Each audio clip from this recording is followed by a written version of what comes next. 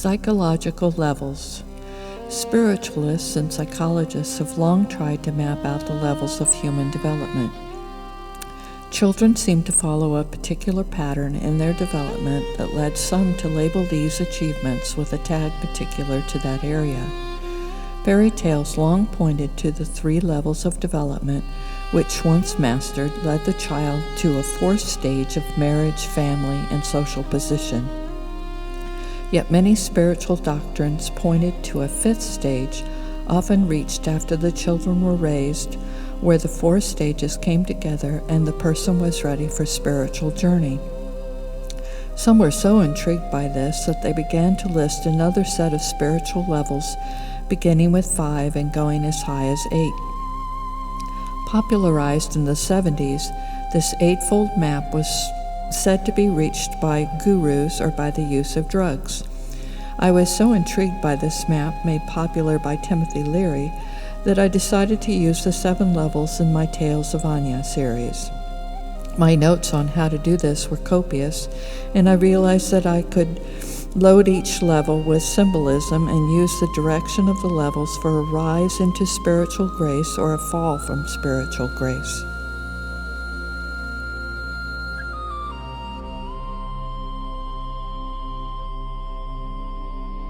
I will use some of Leary's tags for these 7 levels. Level 1, or biosurvival, I tagged with the color blue. The willow is the main tree, the bear is the main animal, and the weather is ice, snow, or other cold, wintry, frozen landscapes. All through the Tales of Anieth, the levels are marked with these trees, animals, or other signs. Level 2 is emotional territoriality, marked by dominance play between siblings. The main animal is the stag, the tree is the 2 birches of Western Europe, the silver and the river birch. The weather is foggy or rainy, and the landscapes are broad, usually filled with fights. The 3rd level is time-binding semantics, where the child learns to reason, argue, lie, steal, and make up stories. The animal is the raven, the tree is the alder, and the wind dominates the landscapes, usually bare with winter or with the heights. The 4th level of morality is where any romance takes place or interactions with family matters. The animal is the boar and other herbivores, the tree is the oak, and everything on the pages is in bloom. The focus is on flowering, fruiting, marriage, and children.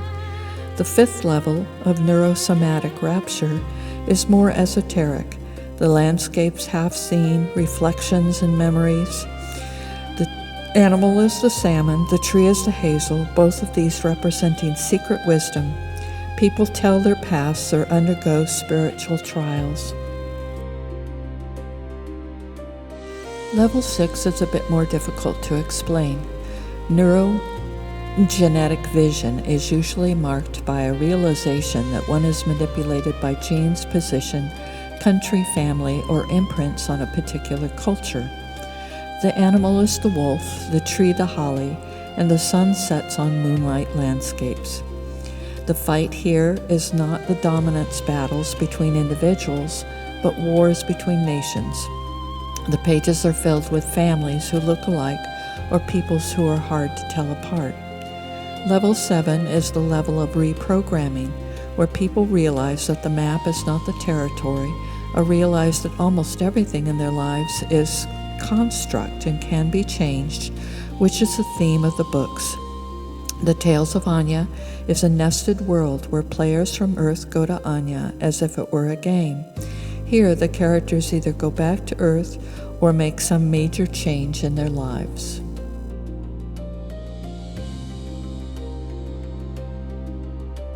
Section style. Level 7 has no particular style, but is amorphous, and much of the tale is on Earth. The images are often dominated by the maze, which symbolizes the gate between worlds. Level 6 is also amorphous. The images overlap and twist together on the pages, and the landscapes intertwine with speaking characters. Level 5 becomes set, each page filled with indications from the underlying 4 levels. This can happen on each page or gradually over chapters. Level 4 is dominated by the fourfold frames. They are rigid if the scene or the characters are normal, or skewed if something is different or wrong. Level 3 often looks like shards of glass as triangles dominate each page, often breaking patterns or creating patterns.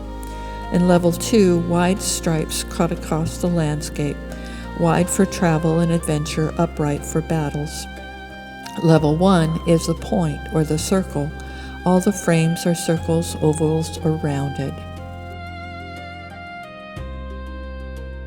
Here, I will show you examples of each spread of pages in each level. Please pause the video if you want to look more closely. In Level 6, you can see groups of animals or people, sharp stinging plants and trees, predators like the wolf or the lynx, and the moon. There are often light and dark twins and the triple goddess. In Level 5, there are always indications of the hazel or the salmon and other water birds and plants that dominate the marshes of Western Europe. The decorations are often fivefold. In Level 4, there are flowers and the ash and oak trees, as well as the herbivores like boar, horse, sheep, and cattle. The birds are raptors or songbirds, and the scenes are sometimes dominated by the false spouse. Level 3 is indicated by open landscapes, wind, blowing leaves and feathers, as well as the alder trees, crows, ravens, and other corvids, goats and other ancient symbols of the gods of air and trickery, fire, and creativity. Level 2 is full of fog, rain, and birch trees, ferns, and the plants of the open woods. The battles are always one-on-one, often between family members. Level 1 is full of snow, ice, the willow, and the salt marshes of Western Europe.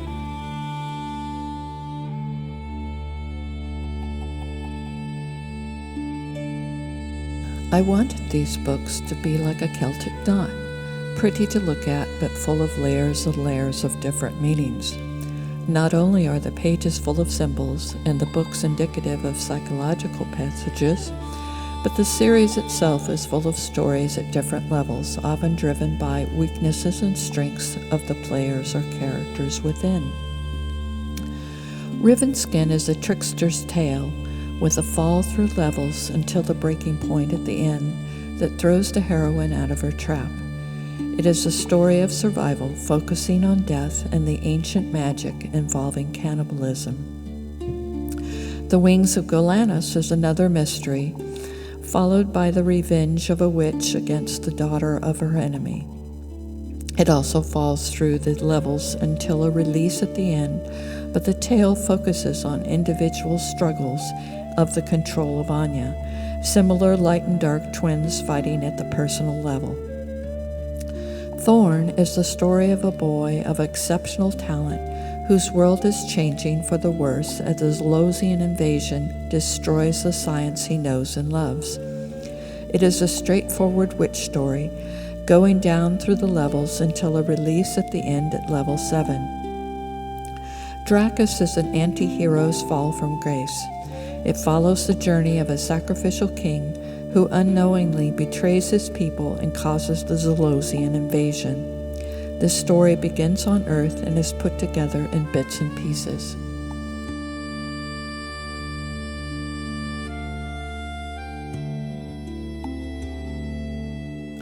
At level 4, there are 2 books. The Killing Tree is a hero's journey, beginning at level 1, where Train escapes his tormentors and crosses the river to the other world, or the lands of their enemies. There he meets Dove and they become friends. As Train passes through the trials to become champion, he and Dove discover some of the secrets of Anya. It is a typical coming-of-age story with a twist at the end. The Quicken King follows the life of Lua Ingaupe, taken as a slave and rescued by a prince who is sent to an arranged marriage in the next nation. She goes with him as a present for his bride. This is a bride's romance with the wrong and right groom and the ultimate rescue of the right groom from the hands of his captors. At level 7, it ends with a flash forward in time showing them as a family. At level 5, there are 2 spiritual journeys. The Black Sun is a backstory showing the rise of Kyleen's powers as her enemy destroys the white nation of the setting moon. In a series of murders mimicked by the wings of Galanus, it is also the story of another witch character, Stana Gali, and together they intertwine in an anti-witch story. Woven is an anti-bride story, with Kyleen as a reluctant bride torn between her duty as the last princess of the white nation and her desire to remember her talents and become a master of shape-shifting. A Vasilisa tale, she must complete the impossible task to rescue the man she loves.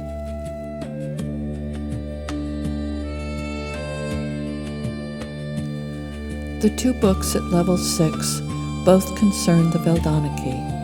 Moonspine is a mystery told by Kevin Abernathy, as his character Stana Gali tries to rescue Susan Stanford as she stands trial for the murder as Queen Quaya. This book begins on Earth at level 7 and continues down to level 1. A Veldanak is another reluctant hero's tale, as Lucia Shields helped Nick Stanford rescue his character, Rael of Veldanak, from his fate as king of the Red Nation of the Rising Sun. The book follows his attempts to become king of the Summer Nation, but in an anti-spiral that mimics a fall from grace. In level 7, the 2 books become efforts of the Earth players to interact with the characters they play in Anya. The Burning Bride tells the story of a discovery of the maze on Earth by Peter Shields, aided by his sister Lucia. Lucia also goes to Anya with the others, and her talents unfold as she falls in love with one of the Rowan, Logarin. It ends with the damage of the gate between worlds and breaks the pattern in an anti-witch story.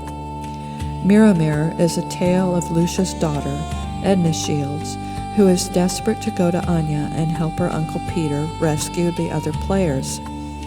She learns of her own talents by accident and quickly finds and rescues her twin Ellie. They then rescue their children, Kyleen and Rue. Symbolic levels and individual characters.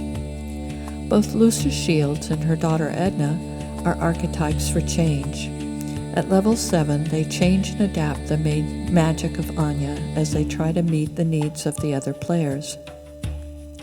The Veldoniki, played by the Stanfords, dominate level 6. Both King Rael and Queen Quaya are concerned with preserving their people. They engage others as foreigners or as protectors and group leaders. Their fights are always at the national level and not as individuals. Many of the main characters in these books are on spiritual journeys, independent of their type of story. Lua Ingaupe is one of the shapeshifters who does not know it. She has to learn to control her natural shape of the lynx. She goes on to sacrifice herself to save others around her. Lorgarin is on a different journey, but his battles are spiritual, and his decisions to turn away from his people's obsession with the future to protect his daughter.